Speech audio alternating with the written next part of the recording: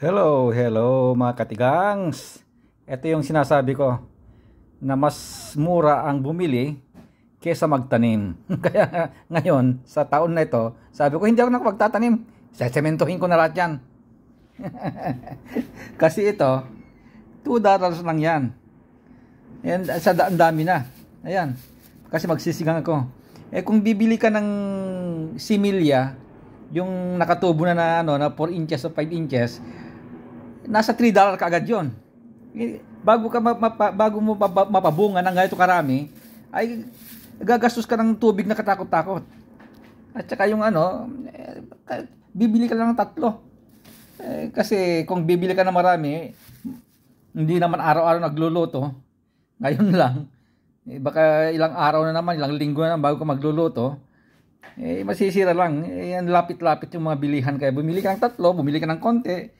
Pero ito, masyadong marami ito. Iproprosen ko na naman yan. At saka itong, saging, $4.50 lang ito lahat. Kung magtatanim ka, ay nako, katakot-takot na tubig. Kaya mas mura ang bumili.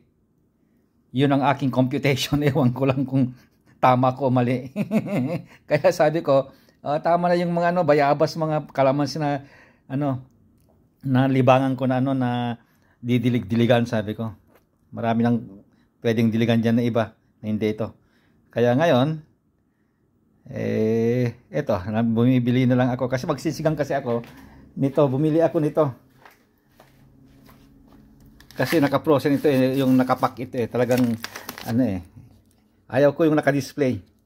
Yung dinefrost nila, tapos display, tapos kanya-kanyang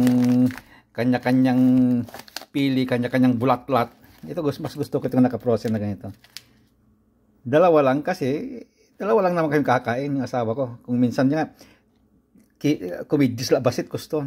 Tapos dahil konti baka hindi masarap, sabi ko, bumili ako ng ito, belly ng ng pangalan to. Belly ng salmon. Ayan. 3 lang yan.